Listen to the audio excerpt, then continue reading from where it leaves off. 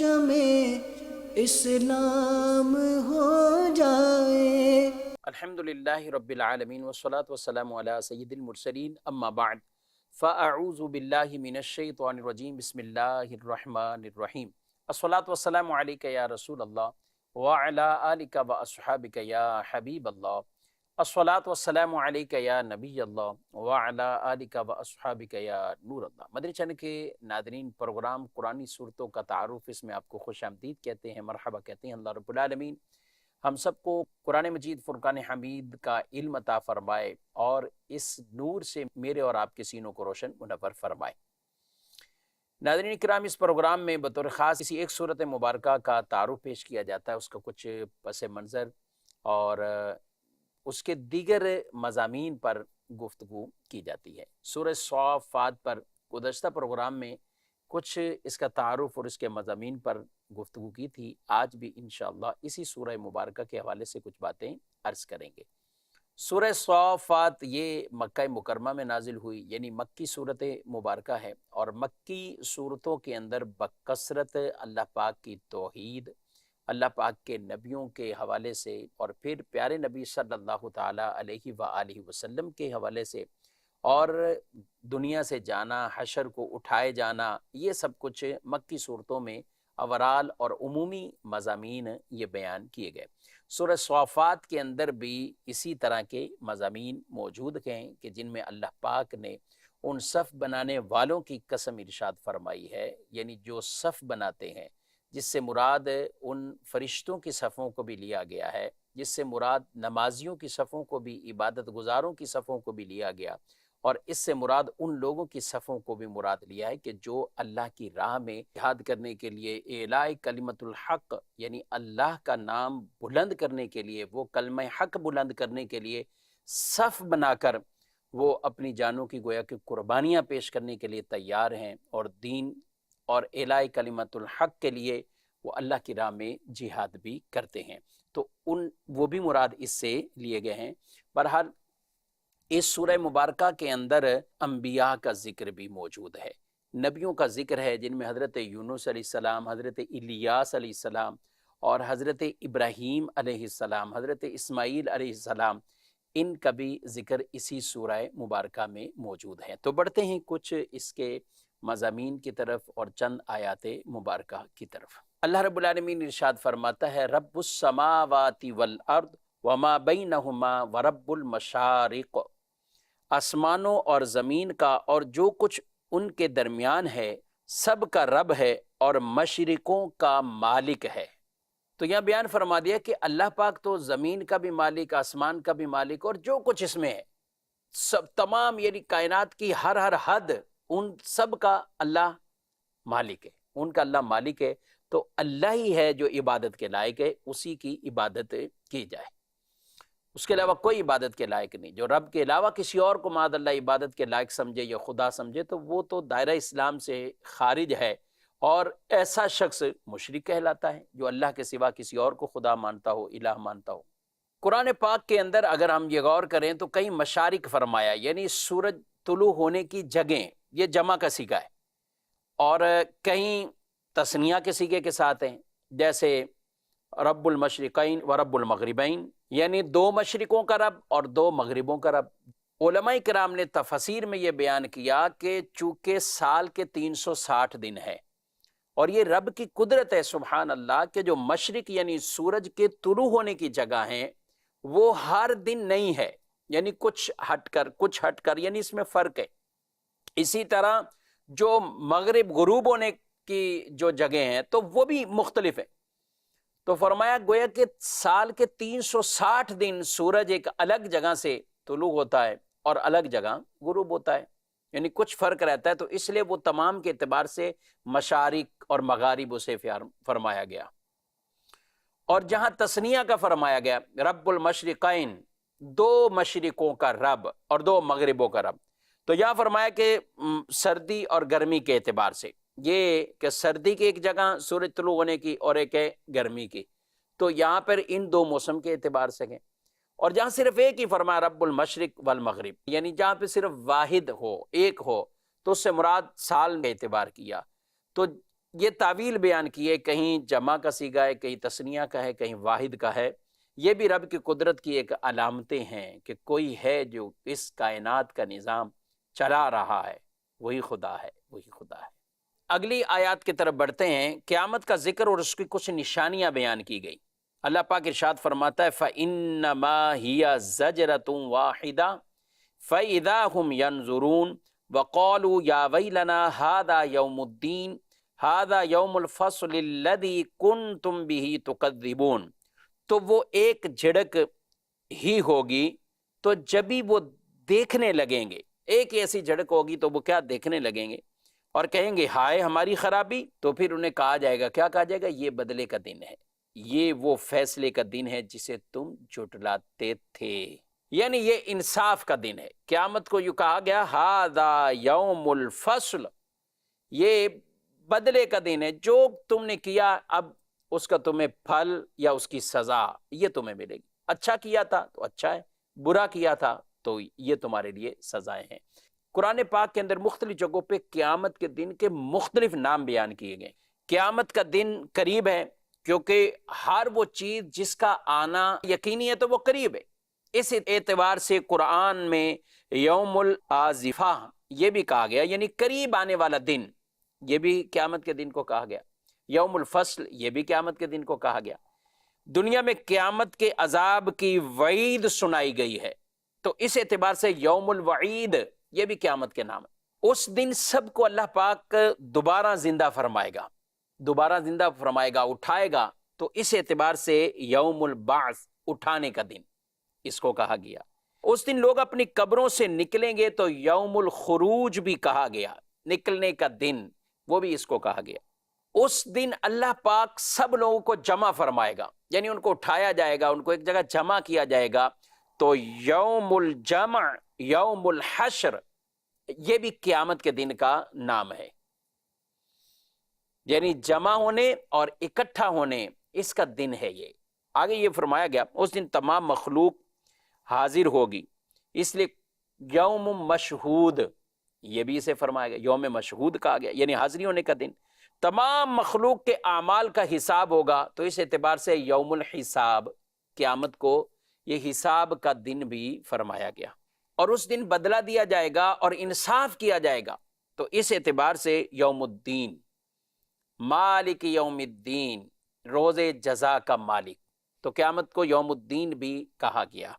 اس دن دہشت، حساب، جزا یہ سب چیزیں بالکل واضح کھل کر لوگوں کے پر سامنے آ جائیں گی، تو اس اعتبار سے یوم عظیم کہا گیا، بہت بڑا دن اسے فرمایا گیا۔ اس دن لوگوں میں فیصلہ ہوگا یا فاصلہ ہوگا، یعنی جدائی ہو جائے گی، تو اس اعتبار سے یوم الفصل بھی اسے کہا گیا، یوم الفصل بھی فرمایا گیا۔ قیامت کا دن چونکہ کفار کے لیے اصلاً کوئی بھلائی نہیں ہوگی، کوئی بھلائی، قیامت کے دن تو کچھ نہیں ہوگا نا، کفار کے لیے تو کوئی نہیں، ان کو کہا گیا یوم عقیم، یعنی بانج دن، اس اعتبار سے ان کو یہ قیامت کا ایک نام یہ بھی قرآن پاک میں بیان ہوا۔ اور کفار پر یہ دن بڑا سخت بھی ہوگا، تو اس اعتبار سے یوم عسیر، سخت دن، یہ بھی اسی قیامت کے دن کا ایک نام ہے۔ مجرم عذاب میں گھیر لیے جائیں گے، تو اس کو یوم محیط کہا گیا، گھیر لینے والا دن، گھیر لینے والا دن۔ کفار اور مشرکین کے لیے دردناک عذاب ہوگا، یوم علیم یہ اسے کہا گیا، اور سختی کے اعتبار سے اسے یوم کبیر قرآن پاک میں جو فرمایا گیا کہ یہ اس دن بڑی سختی والا دن ہوگا، بڑی سختی والا دن ہوگا۔ کچھ لوگ نادم ہوں گے، غم میں ہوں گے، جو نیک بھی ہوں گے وہ بھی غم میں ہوں گے، حسرت والی ان کی نگاہیں ہوں گی۔ کیوں کہیں گے کچھ اور عمل کر لیتے تو آج یہ حسرت نہ ہوتی۔ کفار حسرت کریں گے کہ ہم ایمان لے آتے تو ہمارا فائدہ ہوتا، ایمان والے بھی حسرت کریں گے کہ دنیا کے اندر یہ ٹائم ایسا گزر گیا، کاش ایسا نہ گزرتا، اس میں ہم کو عبادت کر لیتے۔ تو اس اعتبار سے قیامت کو یوم الحسرت کہا جاتا ہے، حسرت کا دن، حسرت کا دن۔ قیامت کا دن وہ دن ہوگا کہ جس میں فرمایا روحیں، اجسام یہ ملیں گے، زمین والے اور آسمان والے ملیں گے، غیر خدا کی عبادت کرنے والے اور ان کے معبود انہیں ملیں گے، یعنی جس کو وہ پوجتے تھے، جو عبادت کرتے تھے، عمل کرنے والے اور اعمال یہ ملیں گے، پہلے اور آخری یہ لوگ ملیں گے، ظالم اور مظلوم وہ بھی ملیں گے، یہ آپس میں سب ملیں گے۔ تو یوں اس کا نام یوم الطلاق، یعنی ملنے کا دن، اس اعتبار سے اس کو ملنے کا دن کہا۔ اور قیامت کے دن چونکہ مختلف اعتبارات سے جنتیوں کی جیت ہوگی، کفار کی شکست ہوگی، اور اس لیے سے یوم التغابن یعنی ہار ظاہر ہونے کا دن، ہار ظاہر ہونے کا دن، یہ بھی اسے کہا گیا۔ یہ ناظرین کرام قیامت کی اس دہشت اور وحشت کو بیان کرنے کے لیے آپ نے دیکھا، یہ قرآن مجید فرقان حمید کے اندر بھی پھر حدیثوں میں اور بیان کیے گئے کہ قیامت کے اتنے نام، کسی چیز کی عظمت کو جب بیان کیا جاتا ہے اس کے مختلف نام ہوتے، اس کی کثرت سے نام ہوتے گئے۔ تو قیامت کا دن بھی عظمت والا دن ہوگا، ایک بڑا دن ہوگا، حساب کتاب کا دن ہوگا، اللہ اکبر۔ اور حدیث پاک میں قیامت کے دن بندہ اپنی جگہ سے اس وقت تک نہ ہل سکے گا جب تک 4 باتیں نہ پوچھ لی جائیں۔ عمر کس کام میں گزری، علم پر کیا عمل کیا، کہاں سے اس نے مال کمایا، کہاں خرچ کیا، اور اس کا جسم جو اس کو ملا ہے اس کو کس کام میں لایا۔ یہ جسم جو ہمارے پاس ہے رب تعالیٰ کی طرف سے ایک نعمت بھی ہے، ایک عطیہ ہے، ایک امانت ہے، تو جسمانی نعمت کے بارے میں پوچھا جائے گا، مال کی نعمت کے بارے میں پوچھا جائے گا، زندگی کی نعمت کے حوالے سے پوچھا جائے گا۔ فرمایا اس وقت تک کوئی بھی نہیں ہل سکے گا، یہ ہر ایک کو۔ صرف یہ نہیں کہ مال کہاں سے کمایا، یہ نہیں کہاں خرچ بھی کیا۔ بعض اوقات آدمی کماتا حلال ہے، خرچ حرام جگہ پہ کرتا ہے، گناہ کے کاموں پہ کرتا ہے، وہ بھی پوچھ گچھ ہوگی۔ اور پھر وہ جو حرام ہی کمائے اور حرام ہی خرچ کرے، اور پوچھ گچھ۔ تو اس لیے کوئی یہ نہ کہے کہ بھئی حلال کمایا جہاں مرضی خرچ کروں، نہیں، اگلے خرچ کرنے کی جگہ بھی اللہ اور اس کے پیارے رسول صلی اللہ علیہ وسلم نے ہمیں بتا دی کہ ہم نے خرچ کہاں کرنا ہے۔ اچھے کاموں میں کرو، ثواب ہے، جزا ہے، انعام ہے، برے کاموں میں کرو گے اس کی گرفت ہے، پکڑ ہے۔ آگے مزید کچھ بڑھتے ہیں اور مزید اسی سورہ مبارکہ کے کچھ مضامین پر گفتگو کرتے ہیں۔ ناظرین کرام، حضرت ابراہیم علیہ السلام کی بڑی ہی ایک یادگار قربانی ہے، اور وہ ہے بیٹے کی قربانی۔ آپ پہلے اللہ کی بارگاہ میں دعا کرتے تھے، یعنی دعا مانگتے تھے، ربی حب لی من الصالحین، اے اللہ نیک اولاد عطا فرما۔ رب نے انہیں بیٹا عطا فرمایا۔ اب جب بیٹا ملا حضرت اسماعیل علیہ السلام، تو پھر ان پر ایک اور بھی ان کو آزمائش کی گئی۔ مکہ مکرمہ آباد ہوا، تو وہ بھی حضرت ابراہیم علیہ السلام کی وہ قربانی تھی کہ جو مکہ مکرمہ کی آبادی کا سبب بنا۔ وہاں نے اہل کو چھوڑا، حضرت اسماعیل علیہ السلام کو چھوڑا، اور وہیں سے پھر بی بی ہاجرہ وہ پانی تلاش کرتے ہوئے جو دوڑی تھیں، تو جو ایک چشمہ ظاہر ہوا، زمزم کا وہ چشمہ ظاہر ہوا، صفا مروہ، اس کو ہمارے لیے شاعر اللہ کہا، حجاج کرام اس یاد میں وہاں پہ سعی کرتے ہیں صفا مروہ۔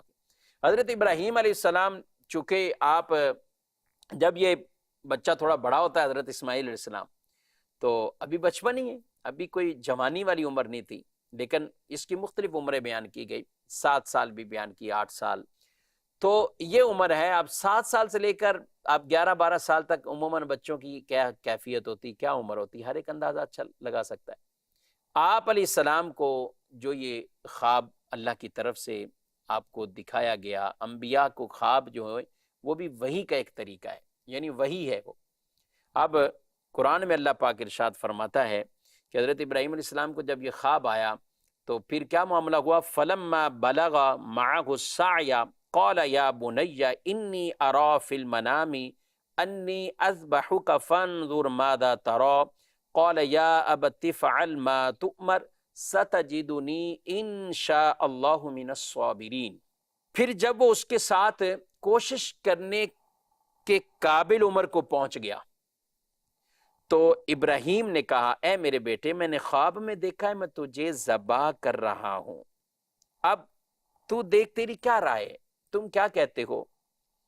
بیٹے نے کہا، اے میرے باپ، آپ وہی کریں جس کا آپ کو حکم دیا جا رہا ہے، انشاءاللہ ان قریب آپ مجھے صبر کرنے والوں میں سے پائیں گے، صبر کرنے والوں میں سے پائیں گے۔ آپ ذرا اندازہ کیجئے ناظرین کرام کہ ابھی وہ اس عمر تک پہنچے کہ آپ کے ساتھ چلنے پھرنے، کچھ چیز اٹھا کر پکڑانے رکھنے، کچھ یعنی ساتھ معاونت کی عمر تک پہنچے، تو اب باپ نے بیٹے سے کہا ہے کہ میں نے یہ خواب دیکھا ہے۔ تو بیٹا کتنا سبحان اللہ کہتے ہیں کہ یا ابت تفعل ما تؤمر، اے بجان آپ کر گزریے جو آپ کو حکم دیا گیا ہے، ستجدنی انشاء اللہ من الصابرین، آپ مجھے صبر کرنے والوں میں سے پائیں گے، صبر کروں گا میں۔ شاعر نے کہا یہ فیضان نظر تھا یا کہ مکتب کی کرامت تھی، سکھائے کس نے اسماعیل کو آداب فرزندی، سبحان اللہ۔ یا یہ جواب جب آپ کو ملا تو پھر آپ تیار ہو گئے ان کو ذبح کے لیے، اور اپنے گھر سے پوری تیاری کر کے آپ نکلتے ہیں۔ پھر ایک طویل وہ واقعہ ہے، میں اس کو مختصر کرتا ہوں۔ شیطان نے خیال پیدا کیا اسماعیل علیہ السلام کو، ابراہیم علیہ السلام کو، بی بی ہاجرہ کو، ہر جگہ سے وہ مغموم ہی رہا اور مردود ہی رہا۔ انہوں نے کہا جب رب کا حکم ہے تو پھر کتنے ہی اسماعیل کیوں نہ ہو، سب قربان ہو جائیں گے، سبحان اللہ۔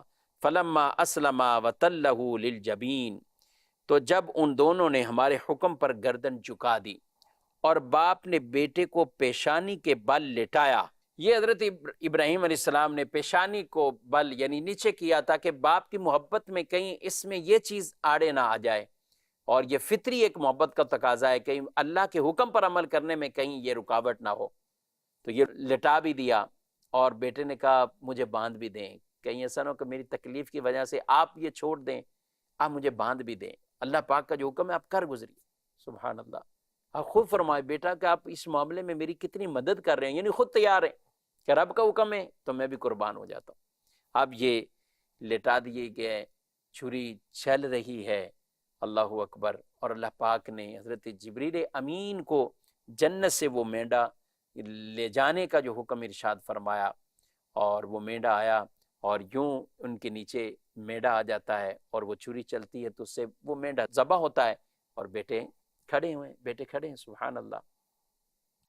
اور یہ جو تکبیر تشریق ہم یہ پڑھتے ہیں، یہ ان تینوں کی تکبیرات تھیں، اللہ اکبر لا الہ الا اللہ واللہ اکبر وللہ الحمد۔ کچھ کلمے ابراہیم علیہ السلام کے، کچھ کلمات حضرت جبریل کے، کچھ کلمات حضرت اسماعیل علیہ السلام کے، تینوں کیسے کلمات تھے، یہ مجموعہ یہ آج ہم بقرعید کے موقع پر تکبیرات تشریق کے طور پر ان کلمات کو، ان تسبیحات کو، ان تکبیرات کو ہم یہ پڑھتے ہیں۔ اللہ پاک نے ارشاد فرمایا وَنَادَيْنَاهُ أَن يَا إِبْرَاهِيمُ قَدْ صَدَّقْتَ الرُّؤْيَا إِنَّا كَذَلِكَ نَجْزِي الْمُحْسِنِينَ إِنَّ هَذَا لَهُوَ الْبَلَاءُ الْمُبِينُ وَفَدَيْنَاهُ بِذِبْحٍ عَظِيمٍ وَتَرَكْنَا عَلَيْهِ فِي الْآخِرِينَ سَلَامٌ عَلَىٰ إِبْرَاهِيمَ كَذَلِكَ نَجْزِي الْمُحْسِنِينَ إِنَّهُ مِنْ عِبَادِنَا الْمُؤْمِنِينَ۔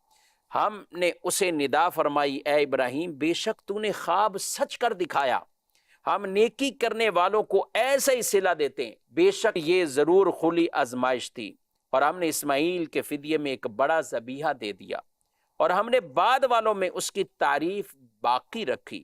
ابراہیم پر سلام ہو، ہم نیکی کرنے والوں کو ایسا ہی صلہ دیتے ہیں، بے شک وہ ہمارے اعلیٰ درجے کے کامل ایمان والے بندوں میں سے ہے، اعلیٰ درجے کے کامل ایمان والے بندوں میں سے۔ حضرت ابراہیم علیہ السلام کی یہ کھلی جو آزمائش کہا گئی کہ آپ کتنی آزمائشوں میں، رب کے ناموں پر آپ ہر آزمائش میں کامیاب ہوئے۔ جب نمرود نے آپ کی جان کو، ابراہیم علیہ السلام کو آگ میں ڈالنا چاہا، آپ نے وہ بھی قربانی دی، جبریل بھی آ گئے، اے ابراہیم اللہ کی بارگاہ میں کچھ کہنا ہے؟ نہیں، جس رب کے نام پہ جا رہا ہوں میرا رب میرے حال سے واقف ہے، میرا رب جانتا ہے، اللہ اکبر۔ آپ نے یہ بھی نہیں کہا، سوال بھی نہیں کیا، فرمایا جس کے نام پہ جا رہا ہوں میرے سوال، میری حاجت، سب کچھ وہی جانتا ہے۔ تو اللہ پاک نے جو حکم ارشاد فرمایا اس آگ کو، قلنا یا نار کونی بردا وسلاما علی ابراہیم، اے آگ ٹھنڈی ہو جا، سلامتی والی ہو جا ابراہیم پر سلامتی والی ہو جا۔ ٹھنڈی بھی کہا، سلامتی بھی کہا، تاکہ اتنی ٹھنڈ بھی نہ ہو، اگر صرف ٹھنڈا ہی کہا جاتا تو اتنی ٹھنڈی ہو جاتی کہ اس کی ٹھنڈک ہی نقصان پہنچاتی۔ سردی کا موسم ہو تو بہت ٹھنڈ ہو جائے تو ظاہر ہے ٹھنڈ بھی آدمی کو نقصان پہنچاتی ہے، جب تک کوئی آدمی گرم چیزیں استعمال نہ کرے، لحاف نہ لے، کچھ ایسی چیزیں نہ لے۔ اسی طرح اے سی کی کولنگ تیز ہو جائے تو وہ بھی ٹھنڈ بھی، کولنگ بھی نقصان پہنچاتی ہے۔ اللہ پاک نے فرمایا ٹھنڈی بھی ہو اور سلامتی والی ہو۔